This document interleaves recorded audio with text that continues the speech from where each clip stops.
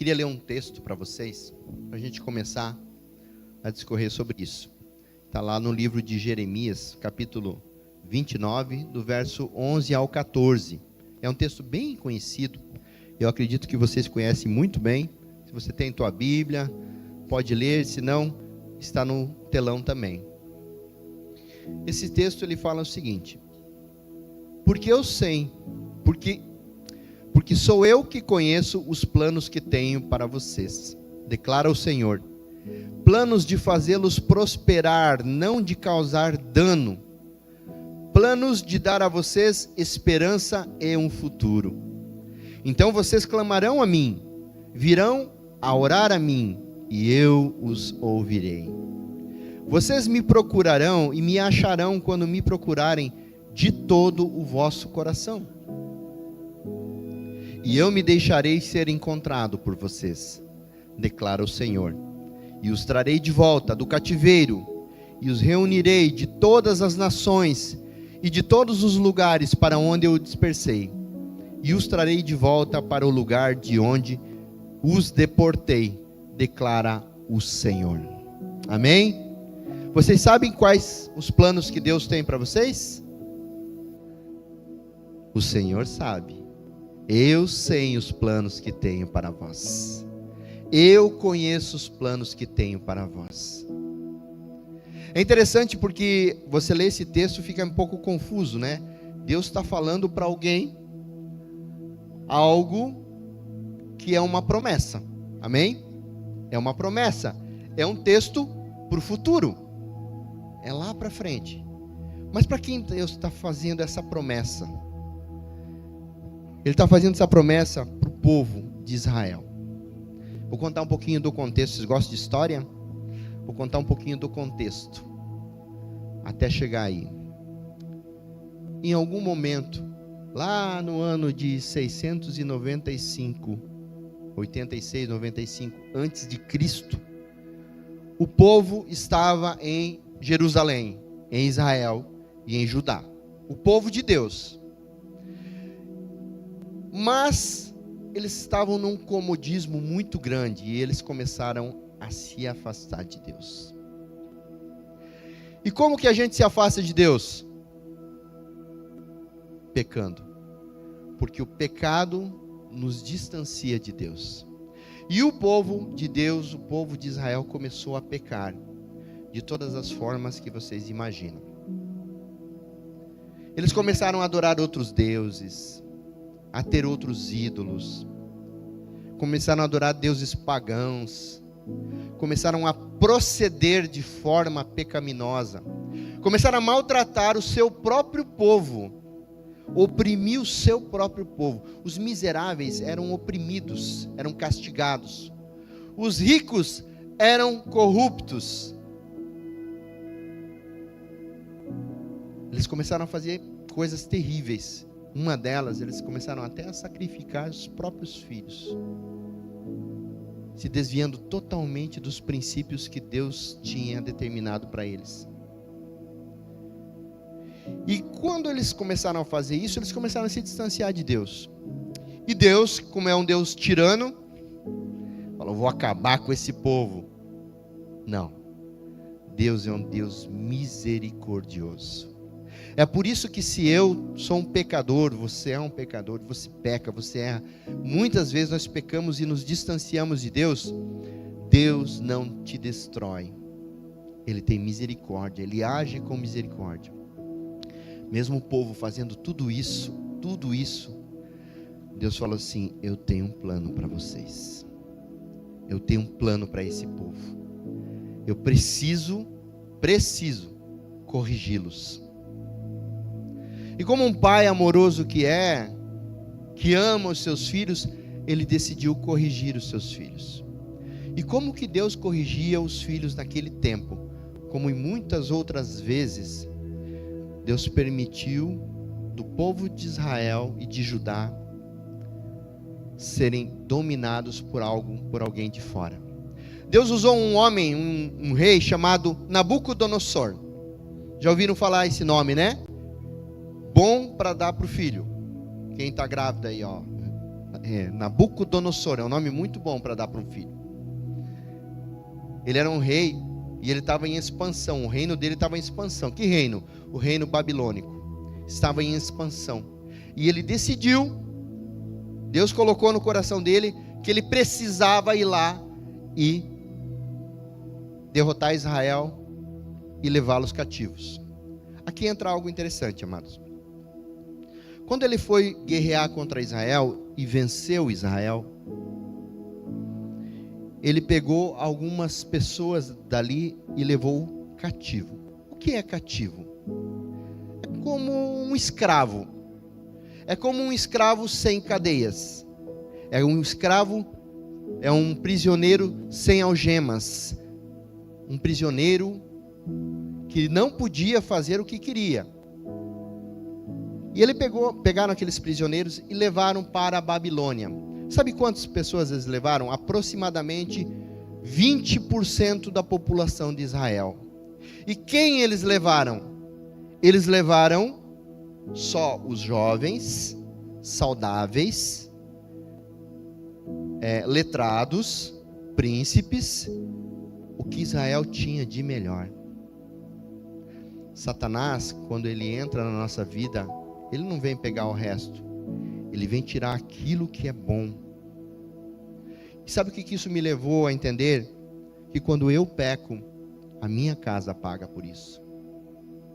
Quando eu falho, a minha casa falha. A minha casa é levada cativa. Porque o que aconteceu naquele momento? Eles separaram famílias. Eles chegaram lá nas famílias, estava lá pai, mãe e 2 filhos. 2 filhos jovens, 2 filhos saudáveis. Eles prenderam aqueles 2 filhos e levaram cativos. Sabe o que é mais triste sobre isso? É que eles nunca mais viram seus pais. E seus pais nunca mais viram seus filhos. Isso é um cativeiro. E eles levaram aqueles jovens para a Babilônia.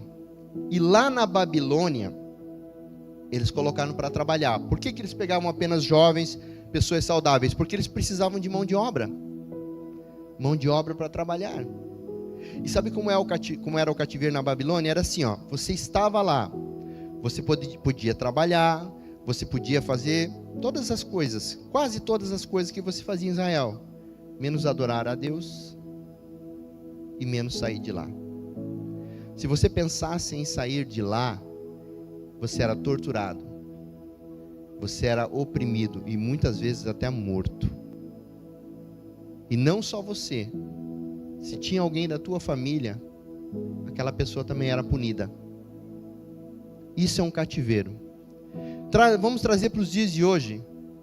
Satanás, muitas vezes, ele nos oprime e nos coloca em cativeiros.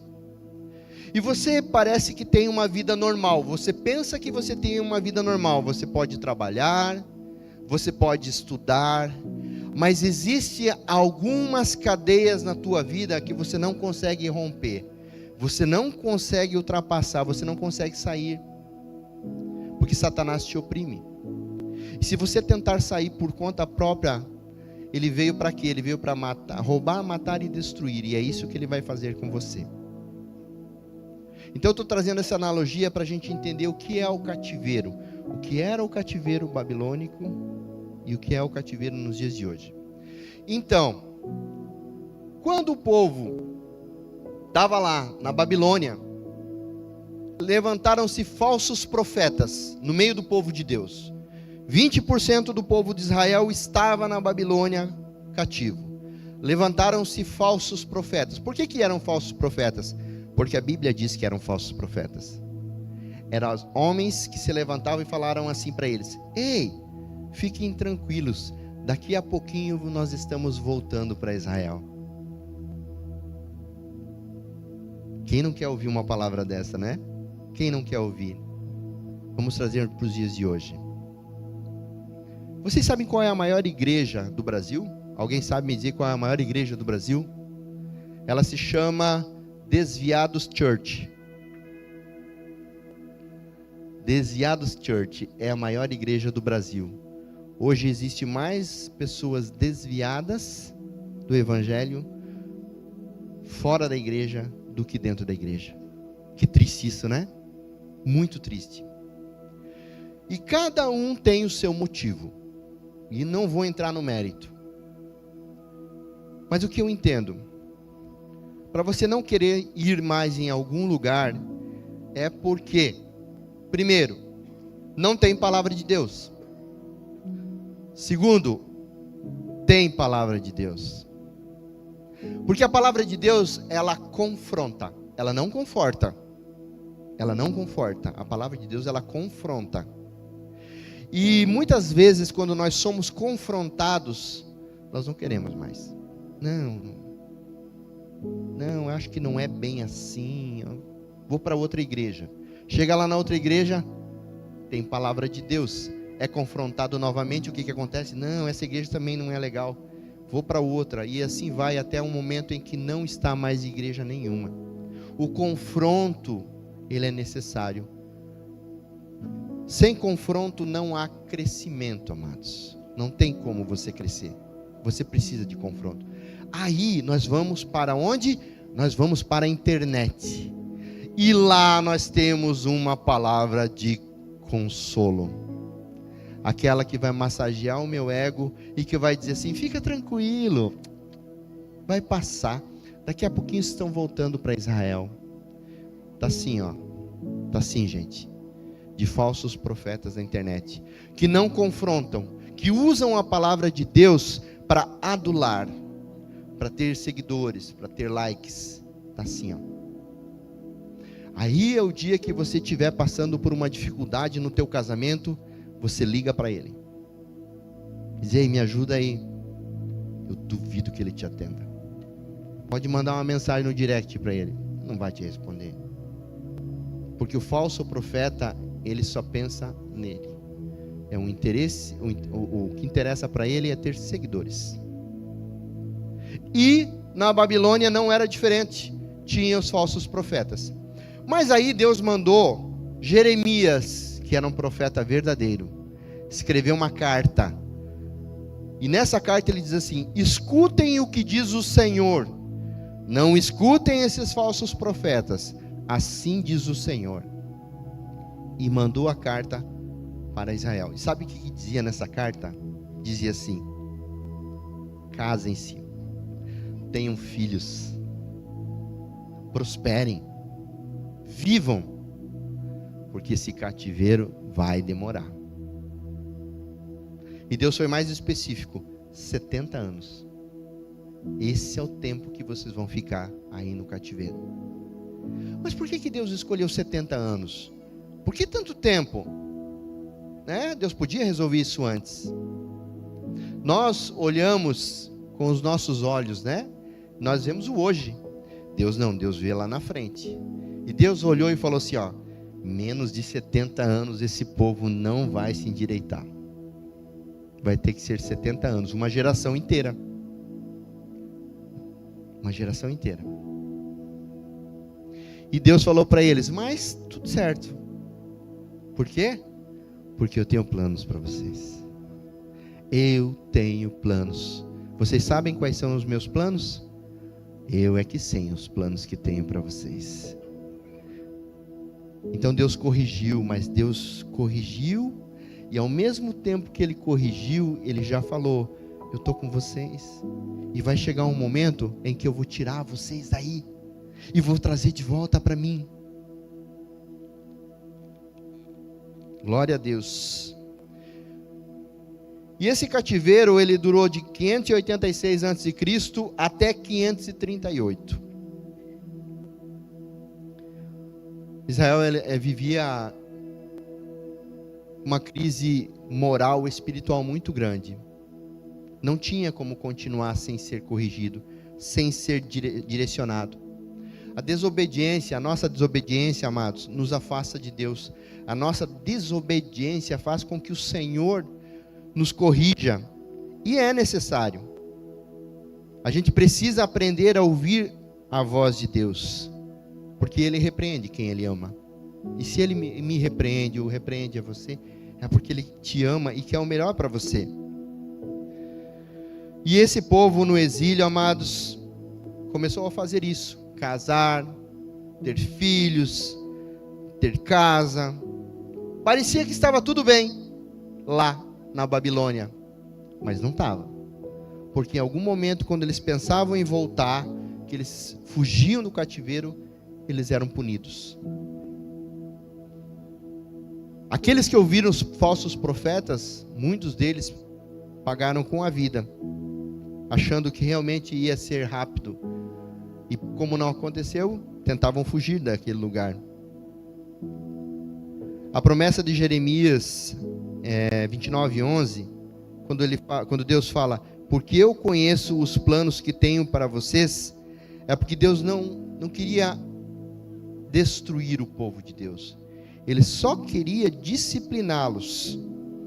Mas essa correção tinha um prazo, que era os 70 anos. Mas o que a gente faz em 70 anos? Meu Deus, é muito tempo. O amor de Deus, ele continua intacto por nós. Mesmo quando nós não obedecemos, mesmo quando nós não damos o devido valor por aquilo que Cristo fez naquela cruz por nós, o amor de Deus não muda. Ele continua intacto sobre nós. Em Romanos 8:28 fala assim: todas as coisas cooperam para o bem daqueles que amam a Deus. Não diz que todas as coisas são boas, mas diz que todas as coisas cooperam. Tudo coopera. Você já fez uma cirurgia? Dói, né? O pós-cirurgia dói também, mas é necessário para que haja cura. Você frequenta uma academia, ou já frequentou? Você quer ganhar massa muscular, quer ganhar resistência? Vai ter que suar muito, vai doer. Vai doer. Quer ver quando você fica uma semana sem ir, aí você vai, 3 dias tudo dolorido, dói tudo. Mas é necessário. É necessário para que você cresça, para que você se fortaleça. Não é verdade? Quando a gente poda uma planta, uma árvore frutífera, machuca a árvore? Claro que machuca. Mas só assim para ela dar frutos. E os frutos vão ser melhores. Então a poda, ela é necessária. Tudo isso é necessário. Uma correção, não existe correção sem dor, amados. Não existe. Toda correção dói. Então todas as coisas cooperam para o bem daqueles que amam a Deus. Mas Ele tem um plano. Vocês conhecem o plano de Deus? Eu sei o plano que eu tenho para vocês. E Ele tem. Não importa qual situação você esteja, o quanto está doendo. Talvez você esteja em algum cativeiro. Não importa. Não importa nem quanto tempo dure esse cativeiro. Mas hoje ele pode acabar. Só depende de você. Se você decidir, você acaba com esse cativeiro hoje. Amém. Enquanto eles viam o presente, Deus via o futuro. Mas é um cativeiro. Mas eu vejo restauração. Mas Deus continua dizendo: eu sei o que estou fazendo. Deus não está alheio ao sofrimento. Ele sabe o momento que vai acabar, mas tem uma coisa: Deus não interrompe processo. Se você está no processo, Ele vai deixar esse processo ir até o fim. Deus poderia acabar com o sofrimento, mas Deus não fez. Inclusive com seu filho. Se Jesus no alto daquela cruz falasse assim: Pai, eu não estou aguentando, eu estou muito machucado, eu já estou quase sem sangue, eu não consigo respirar, eu não estou aguentando mais, me tira desse lugar. Vocês acham que Deus não ia mandar uma legião de anjos arrancar ele daquele lugar? Era o filho dele. Mas era o processo. Graças a isso nós estamos aqui hoje, livres do pecado, livres da escravidão, livres de qualquer cativeiro. Se você está num cativeiro hoje, é porque você está sendo enganado, amém? Se você está num cativeiro, seja qual for, é porque Satanás está enganando você, porque você é livre. Você está com uma algema ou talvez uma corrente invisível, porque ela não existe. O que Jesus fez naquela cruz lá te libertou de todo e qualquer cativeiro. A condição para a restauração está ali nos versículos 12 até o 14. E Deus afirma que Ele ia dar a chance para eles. Mas o que eles precisavam fazer? Clamar a Ele, orar a Ele. Clamem a mim, orem a mim. Vocês me procurarão e me acharão quando me buscarem de todo o coração. De todo o coração. Não é nada superficial, é profundo. É profundo. Não é superficial.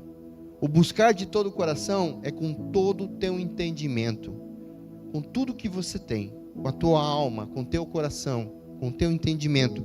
Isso é buscar. Isso não é ser superficial. Isso não é religiosidade. Não é apenas frequentar o culto. Vir no culto, amém, é bênção demais, necessário. Mas não é só isso. Precisa mais. Buscar de todo o coração é em todo o tempo.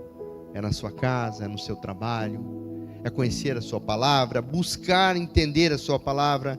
É uma busca sincera no Senhor. Eu fico imaginando o povo lá no cativeiro. Muito bem, eles ficaram lá 70 anos. Viaje comigo, 70 anos. Eles casaram, tiveram filhos, talvez netos, né? Um jovem foi lá com 20 anos, casou lá, teve filhos, viveu mais 50 anos, é bem possível que tinham netos, talvez até bisnetos, certo?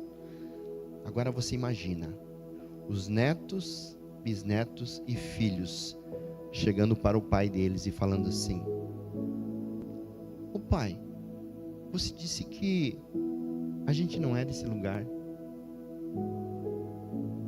Aí o pai fala assim: a gente não é daqui. Então onde que a gente é? A gente é de um lugar chamado Israel. E como é esse lugar? É um lugar tão lindo. Tão lindo, tem um monte das oliveiras. A cidade é grande, com muros altos, 12 portas. E lá no meio tem um templo. Um templo que a gente ia adorar a Deus. Adorar a Deus? Como assim?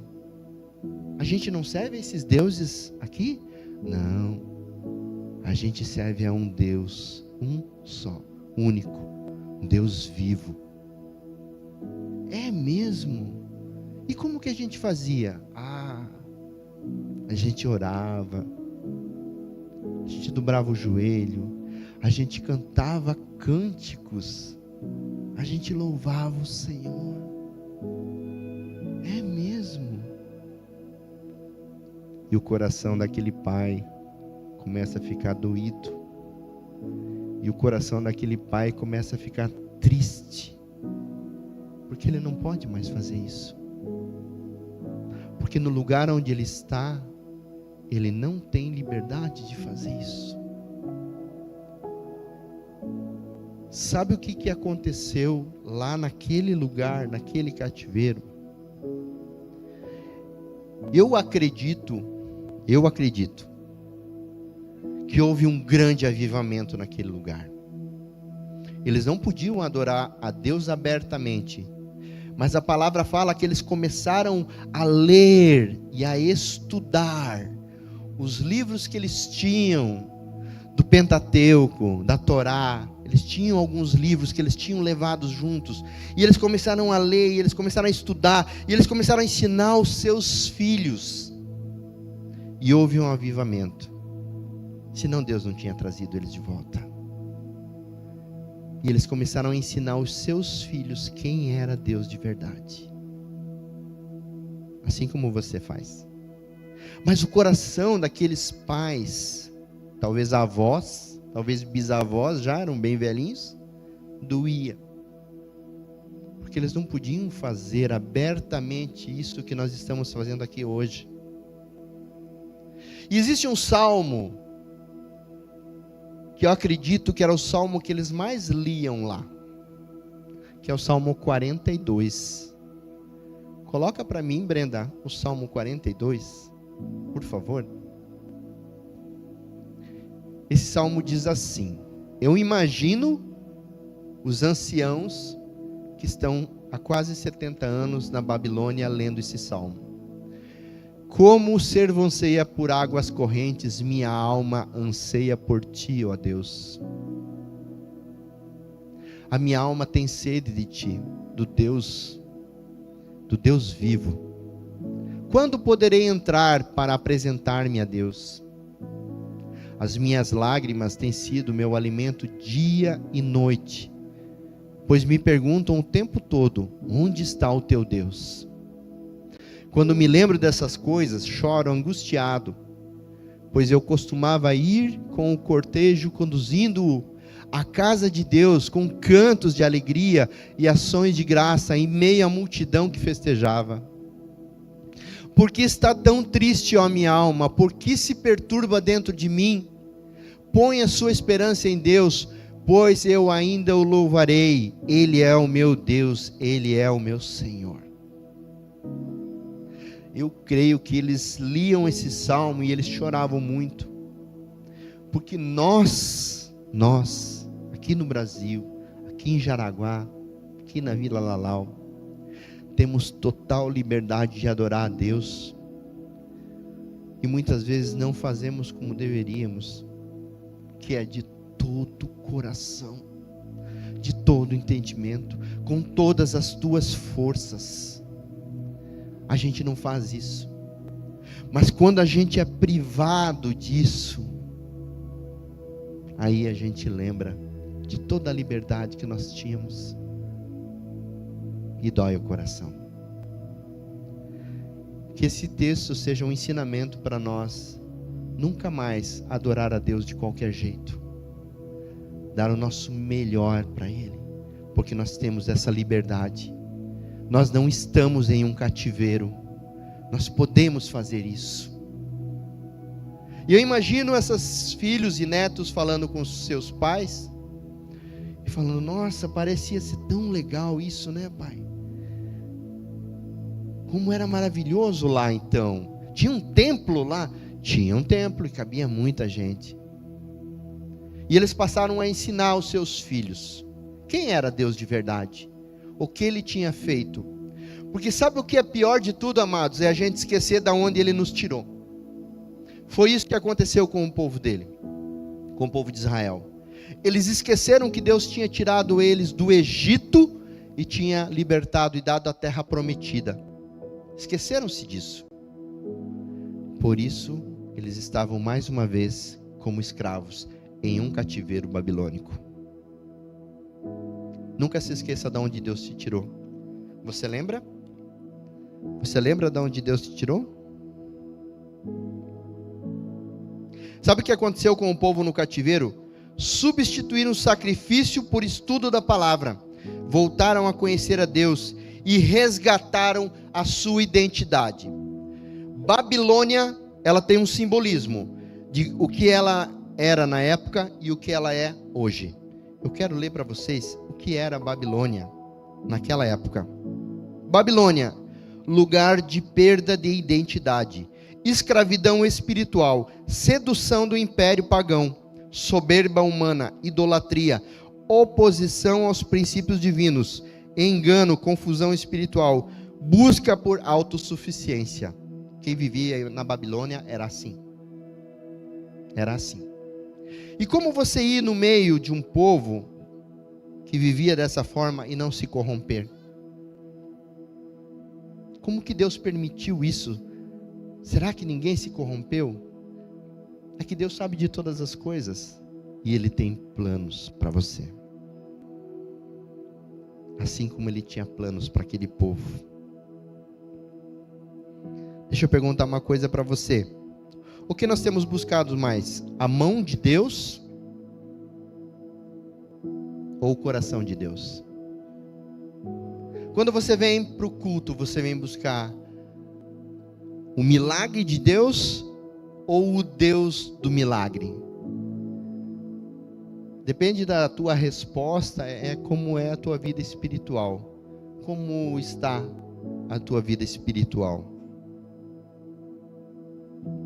O milagre de Deus ou o Deus do milagre?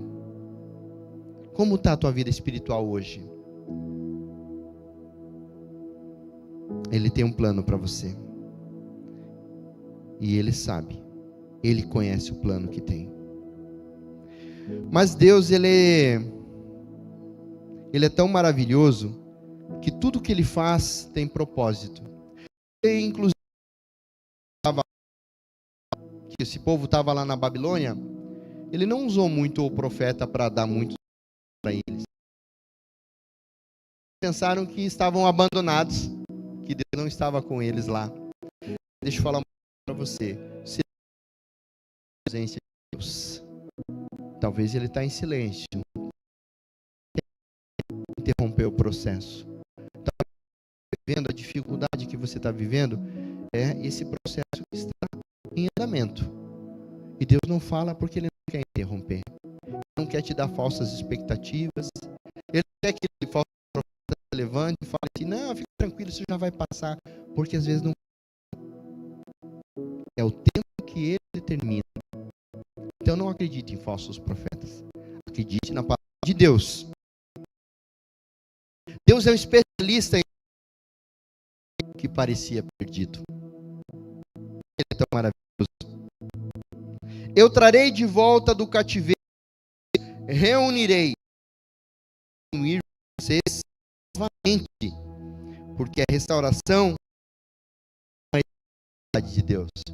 Então, falou assim, fiquem firmes, permaneçam firmes, casem-se, prosperem, tenham filhos, mas permaneçam firmes na minha palavra, porque em algum momento eu vou tirar vocês daí e vou trazer vocês de volta.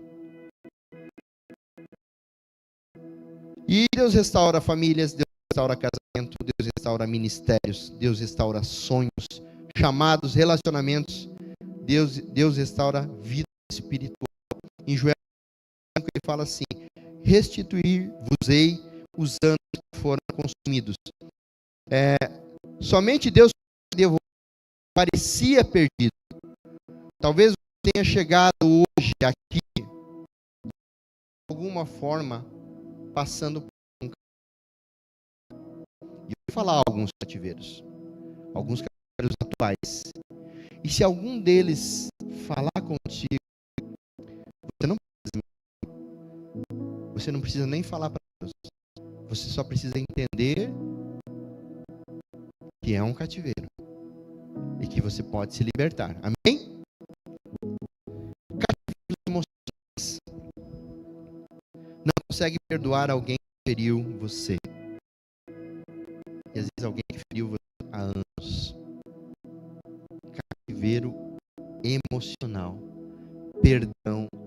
Falta de perdão é cativeiro. Saiba que você está sendo escravizado.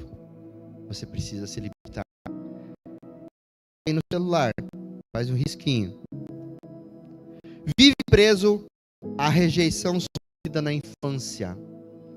Talvez você sofreu alguma rejeição na infância de algum familiar, de algum parente, do pai, da mãe.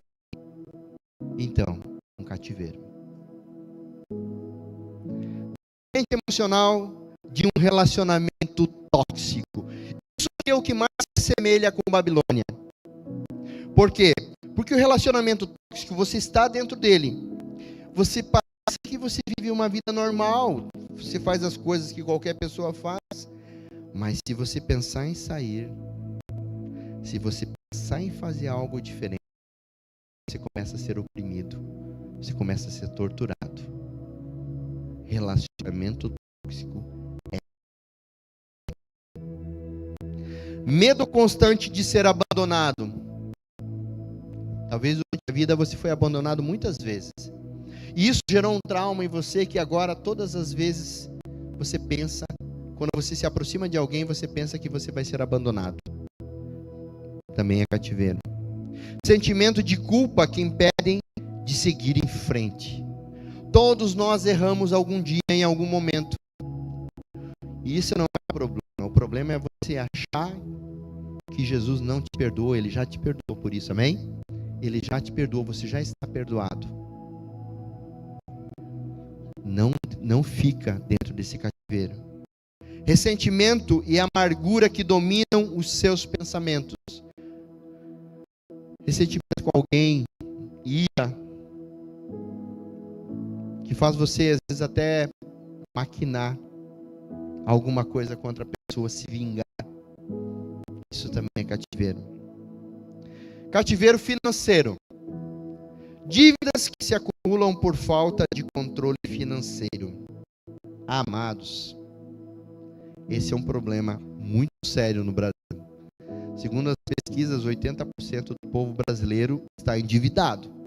Isso quer dizer que tem bastante gente aqui que está nessa situação. É cativeiro. É aquele que faz um empréstimo para cobrir outro empréstimo, que vai cobrir outro empréstimo. E quando vê, tá uma bola de neve, porque banco não perde nunca, né? Que você não consegue mais sair disso. Sabe o que você precisa?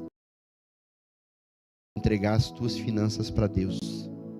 Entregar a administração da tua casa, dos teus bens para Deus. Porque Ele já te libertou disso. Você não precisa ser escravo. Você não precisa estar nesse cativeiro. Compras compulsivas para preencher um vazio existencial, emocional. Esse vazio que só Deus preenche, a gente tenta preencher com compras, com coisas. Esse é um cativeiro também. Eu sei, muitas vezes começou com R$100, mas agora já está em 5.000 e você não consegue se libertar disso. Prisão emocional. Cativeiro. Hoje você vai se libertar dele. Em nome de Jesus. Vive apenas para ganhar dinheiro, sacrificando família e comunhão com Deus. Vergonha pura. Trabalha. Dinheiro. Tempo com filhos, 0. Tempo com a esposa, 0. Tempo com Deus, 0.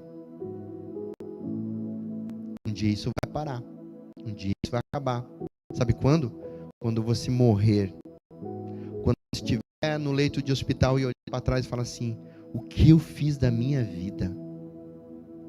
Quando você olhar para os seus filhos e falar assim: não, cresceram tanto. Aonde eu estava que eu não vi? E quando você chegar na presença de Deus e Deus falar assim: eu não te conheço. Cativeiro terrível que Satanás coloca na nossa vida. Gasta mais do que ganha. É dominado pela avareza ou pelo amor ao dinheiro. Deus não proíbe ter dinheiro. Muito pelo contrário. Inclusive ele falou para os seus filhos lá na Babilônia: casem-se, sejam prósperos. Ganhem dinheiro, construam casas, façam tudo que tem para fazer.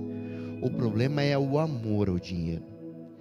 Sabe que teve homens de Deus que foram para a Babilônia e ganharam tanto dinheiro que decidiram não voltar para Israel? Pois é. Trocaram Deus pelo dinheiro. É isso que Deus condena. Cativeiro familiar. Vive em ciclos repetitivos de violência dentro da família. O avô fazia com o pai fazia com você e você está fazendo com os teus filhos.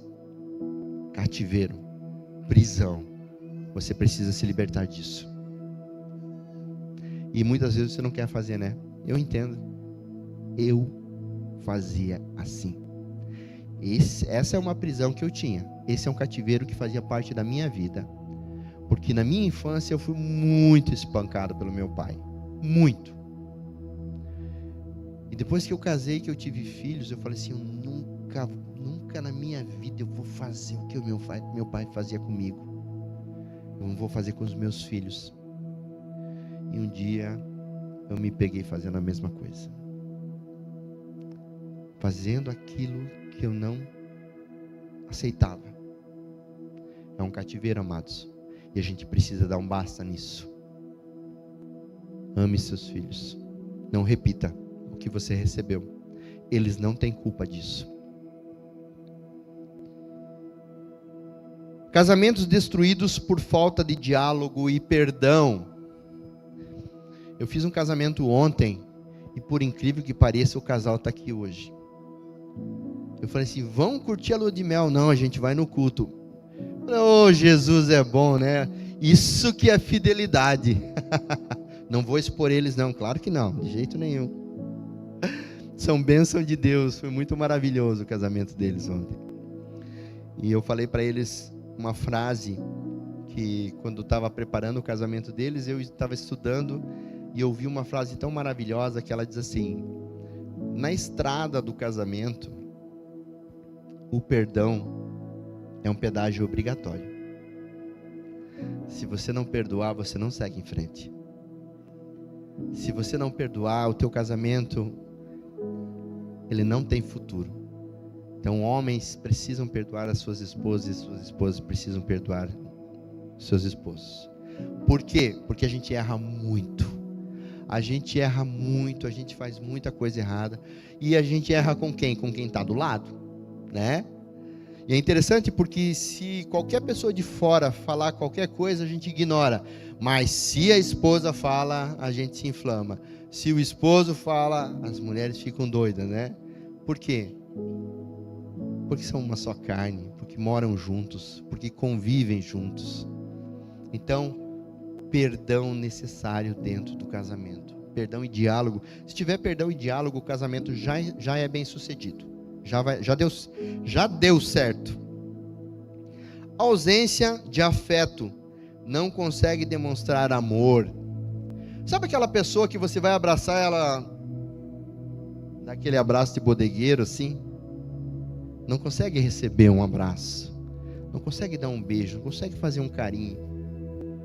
Então, amados, com certeza foi porque ela não recebeu, ou ela recebeu de uma forma errada também. Esses dias eu peguei um casal. O casal veio se aconselhar e a esposa estava reclamando que o marido não dava afeto para ela, não dava carinho para ela. Aí eu perguntei, é mesmo, mano, por que tu não faz isso? Ele disse assim, não, eu nunca recebi carinho, nunca recebi afeto. Eu falei, poxa vida, vocês têm filho? Não, a gente tem. Daí eu olhei para ela e falei, como que ele é com o filho? O filho ele abraça, ele beija, ele dorme junto, ele dorme abraçado, ele faz de tudo com o filho. Aí eu olhei para ele e falei assim, acho que a tua desculpa não colou não. Afeto. Tá aí uma coisa também que eu não recebi quando eu era criança. Mas eu decidi dar afeto, amor.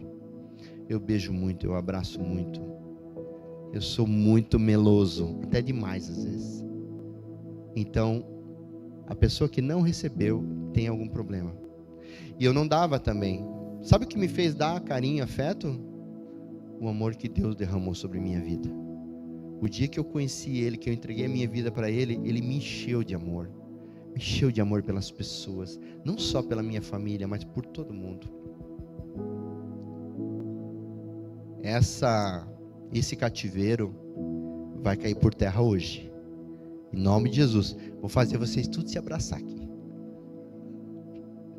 Glória a Deus. Dependências químicas que passam de geração em geração. Isso também é terrível, né? O pai era usuário, o filho é usuário e o neto passou a usar também. Vamos quebrar esse ciclo hoje? Amém? Você não precisa usar e você não precisa passar isso adiante. Jesus já te libertou disso. Cativeiro espiritual. Esse é o mais sério de todos. Prestem bastante atenção. Pecados não confessados que se tornam hábitos. Certo? O que é isso? Vou explicar de uma maneira que todo mundo vai entender. Você passa todo dia do lado de uma lata de lixo fedida. Aí você passa, que cheiro terrível. Aí você passa 1, 2, 3, 10, 20 vezes. De repente você nem sente mais o cheiro. O pecado é assim. Se você não cortar ele no ato, ele vai se normalizando na tua vida. E vai chegar um ponto que você vai dizer assim, mas isso nem é pecado. Foi isso que aconteceu com o povo de Deus lá em Israel. Eles estavam adorando outros deuses, sacrificando filhos, e estavam falando, não, mas isso não tem nada a ver, isso é normal. Amados, é por isso que a palavra de Deus ela tem que confrontar. Ela tem que bater de frente com o pecado. E se ela bater de frente com o pecado, você tem que entender que não é normal, está errado. O que eu estou fazendo está errado. Ah, mas eu fui criado assim. Eu vi o meu pai batendo na minha mãe o tempo todo. Para mim isso é normal. Não é normal. Não é normal. Você precisa se libertar disso. Ah, mas meus pais fumavam, os meus irmãos fumam, eu fumo também. Não é normal. Isso não vai te trazer nenhum benefício. Eu sempre desafio o fumante. E eu falo com propriedade, porque eu fumei 15 anos. Se o cigarro tivesse um benefício, eu voltava a fumar. Mas não tem. É só malefício. Assim é com álcool, assim é com drogas, com qualquer droga. Qualquer. Não existe nenhum benefício. Não normalize isso. Vícios, né? Álcool, drogas, jogos de azar. Eu bato muito nessa tecla. Jogos de azar. Se vocês soubessem o quanto tem enriquecido bilionários já. Sabe quem joga? O pobre. O rico não joga. O rico não coloca o dinheiro dele ali. É só o pobre. É só o trabalhador. É só o assalariado. Ele, na esperança de ganhar dinheiro, aposta. E é um buraco sem fundo. Muitas vidas têm sido ceifadas pelos jogos de azar. Se é algo que faz parte da tua vida, amado, amada, abandona. Isso é cilada de Satanás. Esse é um cativeiro. Tem pessoas que jogam, que já perderam tudo, e eles continuam jogando, não porque eles querem ganhar dinheiro, é pela ocitocina, pela adrenalina que gera. Eles viciaram nisso de tal forma que eles já jogam, né? Eu escutei algo muito interessante de um especialista. Ele falou assim, olha como o jogo do azar é o pior vício que existe. É o pior vício que existe. Veja bem, alguém que fuma maconha faz empréstimo para comprar maconha? Alguém que usa cocaína faz empréstimo? Pega dinheiro com agiota para usar cocaína? Quem joga jogo de azar faz tudo isso e muito mais. Muito mais. Se enterra em dívidas. Tem pessoas aí que perderam tudo. Eu conheço pessoas dentro da minha própria família que chegaram a perder casa em jogo do celular. Eu bato muito forte nisso, amados. Isso é a maior cilada de Satanás na vida de alguém. Cativeiro. Falta de interesse pela oração e a palavra de Deus. Esse é um cativeiro que Satanás coloca. Não adianta você orar, não adianta você aprender a palavra de Deus, não vai adiantar de nada. Fiquem espertos, fiquem ligados. Mesmo vindo à igreja, está envolvido com práticas ocultistas. Eu não ia falar isso aí se eu não soubesse que acontece. A pessoa vem na igreja, ela vem buscar a Deus, exatamente como o povo de Israel. Só que ela sai da igreja e ela diz assim, mas eu não tenho tempo de esperar Deus resolver a minha situação.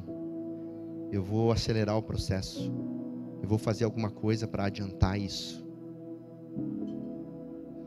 Quem que você acha que está enganando?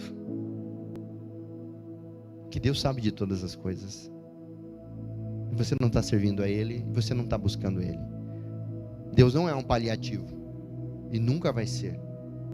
Deus é único. Deus é o alfa, Deus é o ômega, é o princípio e o fim. Deus é onipresente, onisciente, onipotente. Ele sabe de todas as coisas, inclusive que você talvez tenha feito isso. Amados, sirva a apenas um Deus. Aquilo que Deus falou, aquilo que Josué falou, eu não sei o que vocês vão fazer, a que Deus vocês vão servir, mas eu e minha casa serviremos ao Senhor. Que seja assim, porque você está trazendo maldição para a tua casa, e você está num cativeiro, um cativeiro da falta de fé, por não acreditar em Deus, que Ele pode resolver o teu problema. Vive uma vida cristã apenas de aparência, mas sem relacionamento com Deus. Não adianta vir no culto, amados, mas não orar em casa. Não adianta vir no culto, mas não tirar o teu tempo com Deus. A vida cristã é muito mais do que vir na igreja.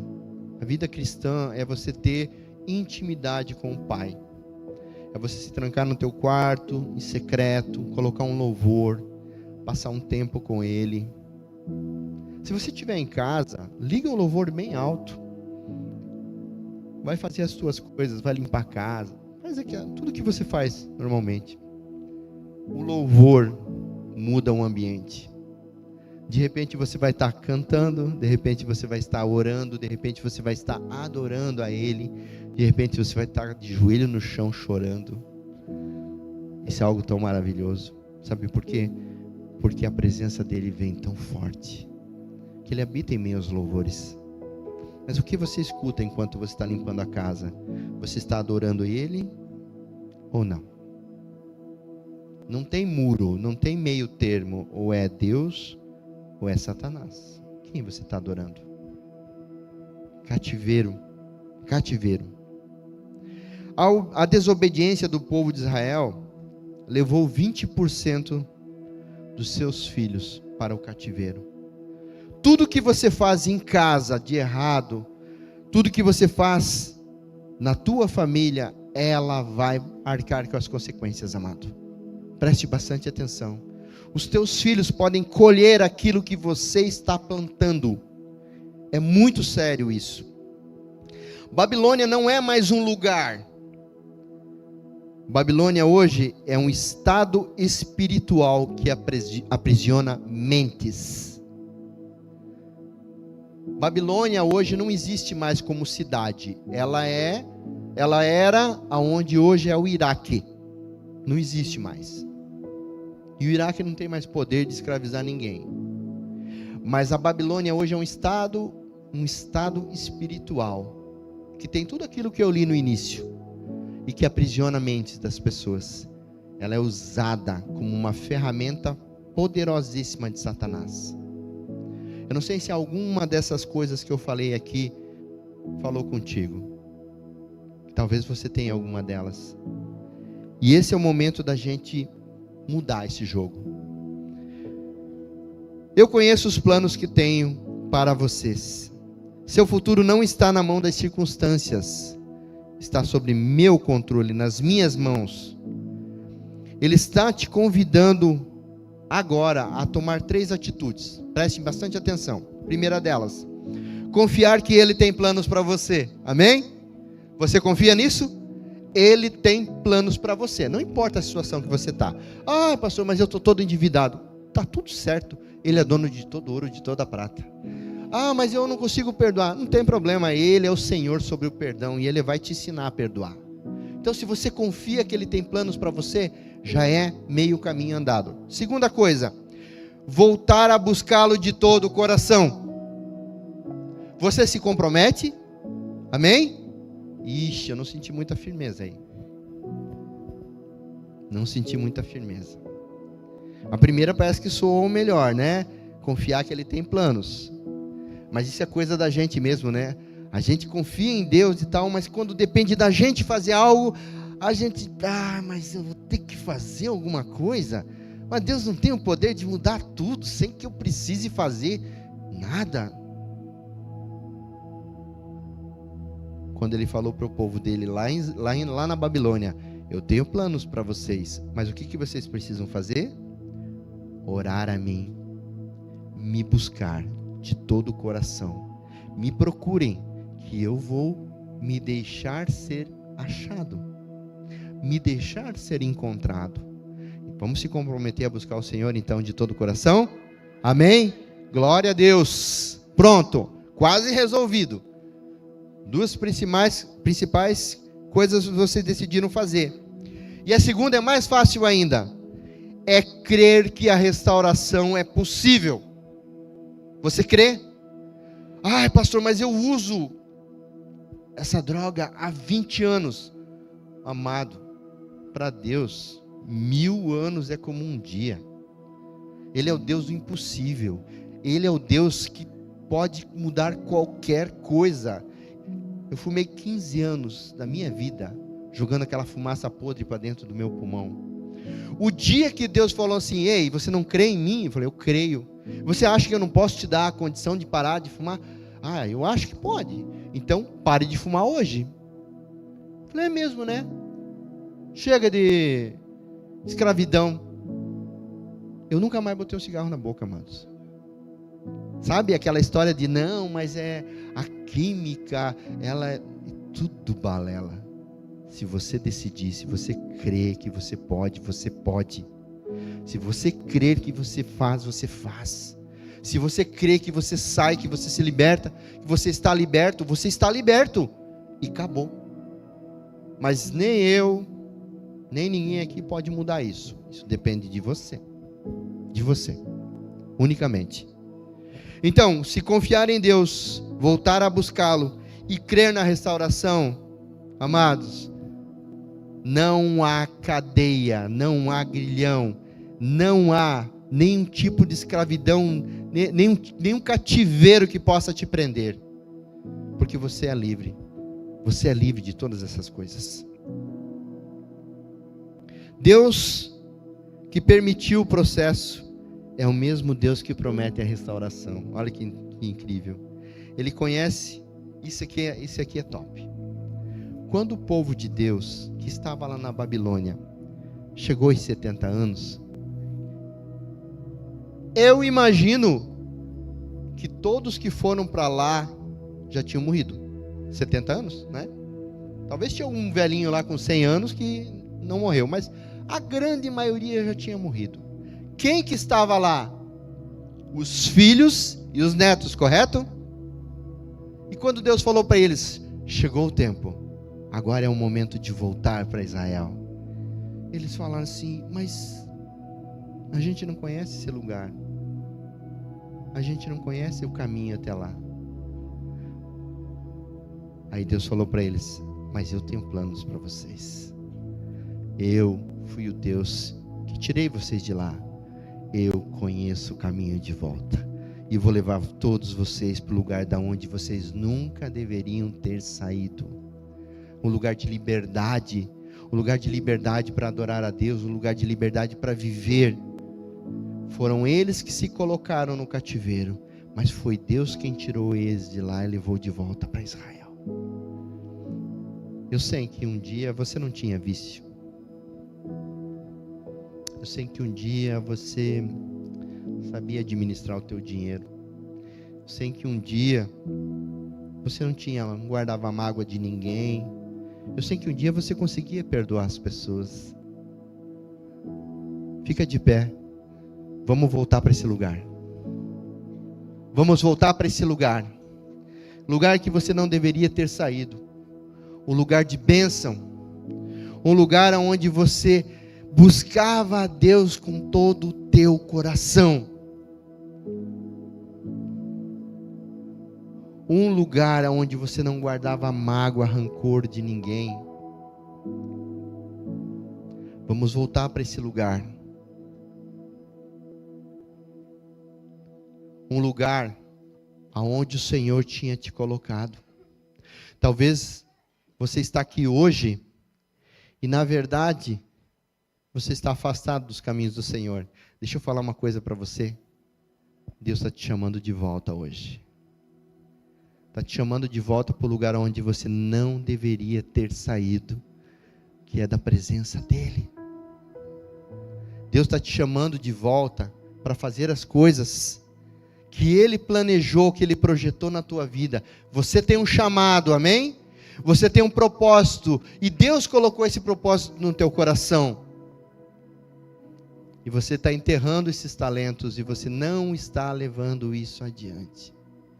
Hoje é dia de sair desse cativeiro.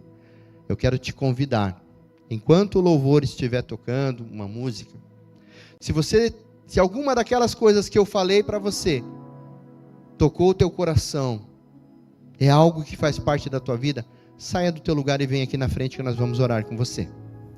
Nós vamos orar com você e nós vamos libertá-lo de todo e qualquer cativeiro.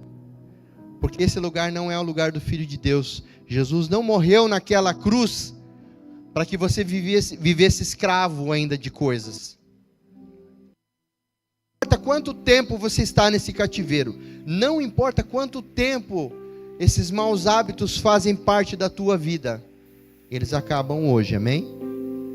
Então, se você tem algo para ser curado, você não vai precisar falar nada, não para mim, mas sim para Deus. Mas não saia daqui cativo, saia daqui liberto, porque quando você sair daquela porta lá, Deus vai te conduzir ao lugar da bênção, de volta ao lugar da bênção, em nome de Jesus. Fecha os teus olhos, vamos estar orando. Oh meu Deus, eu quero orar pelos meus irmãos, Pai. Os meus irmãos, Pai, que ouviram essa palavra, e se o Senhor tocou o seu coração, Pai, traga-os até aqui na frente, para que eles tomem posse da tua bênção.